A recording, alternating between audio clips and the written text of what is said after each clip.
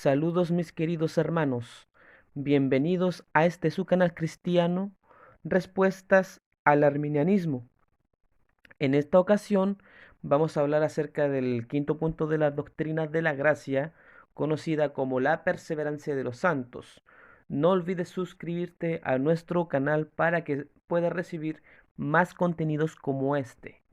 Comencemos.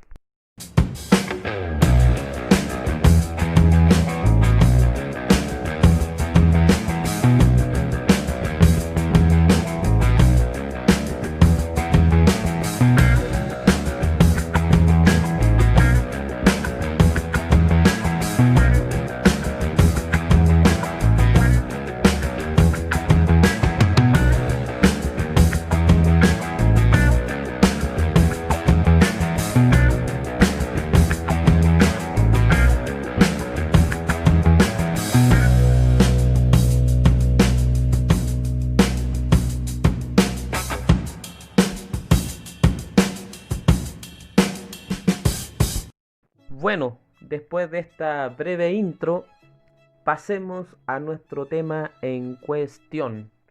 Comencemos. Bueno, lastimosamente por tiempo, ustedes en sus casitas deben corroborar en sus Biblias los pasajes bíblicos citados a continuación, ya que es parte de su responsabilidad, mis queridos hermanos y amigos. Entonces, cabe preguntar, ¿qué es la perseverancia de los santos? Es la doctrina que enseña que cuando Dios ha elegido, redimido, amado eternamente, Jeremías capítulo 31, versículo 3, mediante la fe en Cristo, éste no sufrirá penas eternas en el infierno, sino que será preservado por el poder omnipotente de Dios, que no dejará que ninguno de sus escogidos caigan radicalmente y definitivamente de la gracia. Numerosos pasajes nos hablan de la seguridad eterna, como por ejemplo Job capítulo 19, versículos 25 al 26, Eclesiastés capítulo 3, versículo 14, Juan capítulo 3, versículo 18, Romanos capítulo 8, versículo 1, Juan capítulo 5, versículo 24, Juan capítulo 6, versículo 39 al 40, Juan capítulo 10, versículo 27 al 29, Primera de Pedro capítulo 1, versículo 5, Judas 24, Juan 17 del versículo 9 al 24, Hebreos capítulo 7, versículo 25, Primera de Juan capítulo 2, versículo 1, Segunda de Corintios capítulo 5, versículo 21, Romanos capítulo 4, versículo 11, versículo 22, versículo 24, capítulo 5, versículo 13 al 21, Filipenses capítulo 3, versículo 9, Romanos capítulo 8, versículo 29 al 30, Romanos capítulo 8, versículo 33, versículo 35, versículo 37 al 39 y Efesios capítulo 1, versículo 13. Sigamos. Bueno, algunos tienen la noción equivocada de que la fe, el arrepentimiento para vida, conversión, perseverancia, santidad, etcétera, es algo completamente inherente en el hombre, o que prácticamente son cuestiones meramente mecánicas del producto de la voluntad humana. Pero acá vamos a dejar manifiesto que no es así. La fe, arrepentimiento para vida, conversión, perseverancia, santidad, buenas obras, ocuparse de la salvación con temor y temblor, nueva vida, regeneración, justificación, elección, son medios que Dios usa para lograr nuestra glorificación eterna. La fe, por ejemplo, se nos dice que es un don gratuito de la gracia divina. Efesios capítulo 2, versículo 8, Filipenses 1:29, Hechos capítulo 13, versículo 48. Así también acerca del arrepentimiento. Hechos capítulo 11, versículo 18, segunda de Timoteo capítulo 2, versículo 25. El estar en Cristo, otro don de la gracia divina.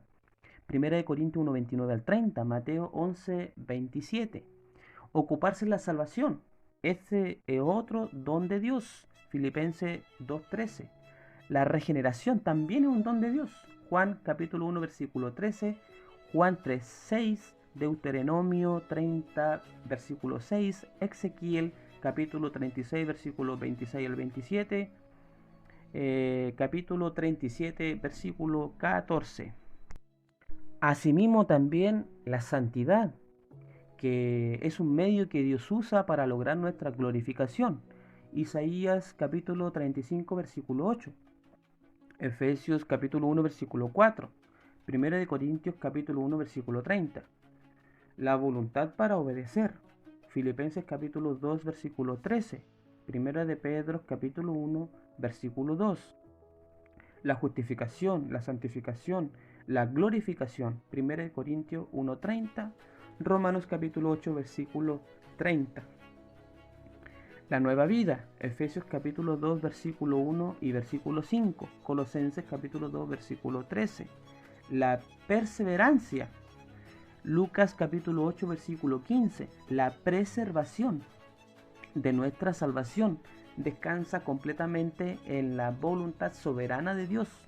Proverbios capítulo 2, versículo 8. Salmos capítulo 12, versículo 7. Proverbios capítulo 3, versículo 26. Segunda de Timoteo capítulo 4, versículo 18. Hebreos capítulo 10, versículo 39. Segunda de Timoteo capítulo 1, versículo 12. Judas capítulo 1, versículo 24. La conversión también es un medio que Dios usa para lograr, en este caso, nuestra glorificación final. Jeremías capítulo 31, versículo 18. Lamentaciones capítulo 5, versículo 21. Salmo capítulo 19, versículo 7.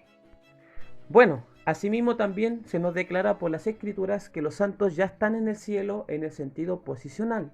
Efesios capítulo 2, versículo 5 al 6. Efesios capítulo 1, versículo 3. Lo que yo no entiendo es cómo puede haber gente que niegue esta verdad fundamental creyendo que la persona o el cristiano nacido de nuevo, elegido desde antes de la fundación del mundo, pueda perderse en el infierno. Eso no lo logro comprender de cómo pueden pensar de esa manera. En 1 Corintios capítulo 2, versículo 16, se nos dice que los santos ya tienen la mente de Cristo. Entonces, esa incongruencia del postulado católico romano papal y del postulado arminiano es ilógico, no tiene coherencia bíblica. Jesús nos ha perdonado de todos nuestros pecados. Estos pueden ser pasados, presentes y futuros. Puedo decir con toda seguridad que Jesús murió por mí mucho antes de que yo naciera o tuviera fe. Romanos capítulo 5, versículo 8. Y puedo tener la seguridad de que yo soy un hijo de Dios. Juan capítulo 1, versículo 12 al 13. Romanos capítulo 8, versículo 16. Cristo pagó por todos los pecados de todos los hombres. Esa postura es la católica romana y la postura arminiana. Y aquí suele preguntarse, ¿Cristo pagó por el pecado de la incredulidad? Si es no, entonces Jesús pagó por algunos pecados. Si la respuesta es sí, ¿por qué algunos se van al infierno a pagar un pecado del cual Cristo ya pagó? Cristo pagó por todos los pecados de sus elegidos, incluido el de la incredulidad, comprando su fe, arrepentimiento, conversión, etc. Sigamos. Los que se pierden son los vasos destinados a destrucción, a quienes Dios pasa por alto. Segunda de Pedro, capítulo 3, versículo 9. Juan 17, versículo 12. Romanos capítulo 9, versículo 10 al 13. Versículo 22. Segunda de Pedro, capítulo 2, versículos de 6 al 8. Judas capítulo 1, versículo 4, versículo 6. Apocalipsis capítulo 13, versículo 8. Apocalipsis capítulo 17, versículo 8. Mateo capítulo 15, versículo 13. Se nos dice que no tan solamente Dios permite el mal, sino que da también el poder para que lo ejecuten. Hechos capítulo 2, versículo 23. Capítulo 4, versículo 27 al 28. Génesis capítulo 45, versículo 5. Asimismo también el capítulo 50, versículo 20. Dios ha dejado a los réprobos que sigan en su impiedad e inmundicia. Apocalipsis capítulo 22, versículo 11. Hechos capítulo 14, versículo 16. Alguien puede preguntar y decir, ¿Dios quiere que los réprobos se pierdan o se conviertan? Respuesta, que se pierdan. ¿Dios quiere que el réprobo peque o quiere que se arrepienta? Respuesta, Dios en su voluntad no tan solamente permite que el réprobo siga pecando, sino que también ha dado el poder de que siga pecando aún en contra de su voluntad preceptiva, de acuerdo a los textos citados anteriormente. Además, el hombre no es señor de su camino. Jeremías capítulo 10, versículo 23, Salmos capítulo 37, versículo 23, Proverbios 20, versículo 24, Proverbios capítulo 16, versículo 9. Por tanto, la reprobación es incondicional porque la base de la reprobación es Dios. Acuérdense que se le dijo a Jacob amé, mas a Esaú aborrecí.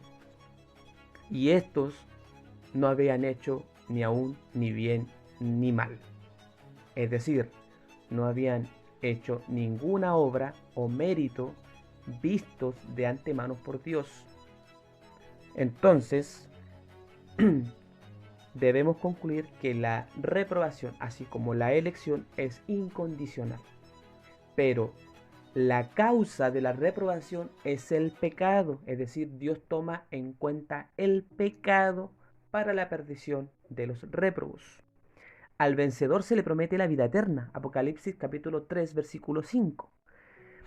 El vencedor, calificativo que designa al creyente que alcanza la victoria por la fe en Cristo. Primera de Juan capítulo 5, versículo 4. Los que son perseverantes en el Señor, que los lleva a la victoria. Segunda de Corintios capítulo 2, versículo 14. A este vencedor se le promete las vestiduras blancas. Son dignos, versículo 4 del mismo capítulo. Compare con Efesios capítulo 5, versículo 25 al 27. Asimismo también se le promete no borrar su nombre del libro de la vida.